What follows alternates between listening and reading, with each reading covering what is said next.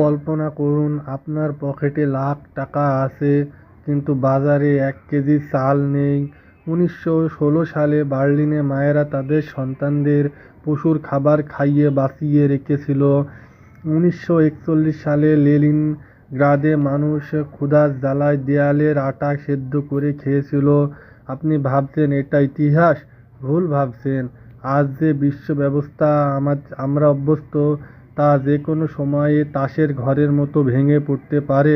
আজ আমরা জানব সেই 5টি ঐতিহাসিক কৌশল, যা আগামী দিনের যে কোনো খাদ্য সংকটে আপনার এবং আপনার পরিবারের জীবন বাঁচাতে পারে। জমি যখন জীবন। ইতিহাস সাক্ষী, প্রতিটা দুর্ভিক্ষে শহরের মানুষ না খেয়ে মরলেও গ্রামের মানুষ কোনো মতে টিকে ছিল, কারণ তাদের হাতে মাটি ছিল। আপনার যদি সামান্য জমিও থাকে, সেখানে চাষ শুরু করুন।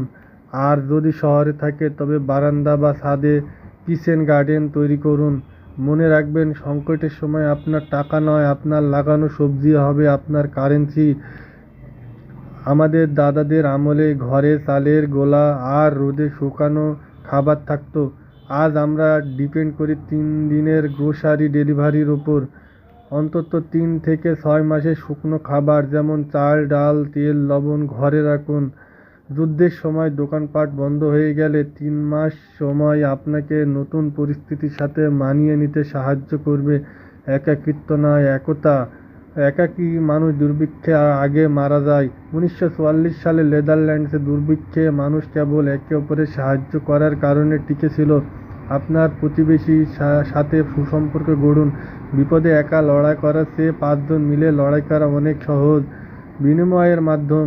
যখন মুদ্রাস্ফীতি তুঙ্গে ওঠে, তখন কাগজের টাকা দিয়ে আগুন জ্বালানো যায়, কিন্তু খাবার কেনা যায় না। সেই সময় সোনা, রূপা বা দরকারি যন্ত্রপাতি হয়ে ওঠে বিনিময়ের মাধ্যম। আপনার সঞ্চয়ের একটি অংশ হার্ড অ্যাসেট বা সোনাতে রাখা বুদ্ধিমানের কাজ, কারণ সোনা কোনোদিন মূল্যহীন হয় না। দক্ষতা বা স্কিল। দুর্ভিক্ষে একজন ডাক্তার বা একজন মেকানিক কখনো না খেয়ে মরে না। কেন?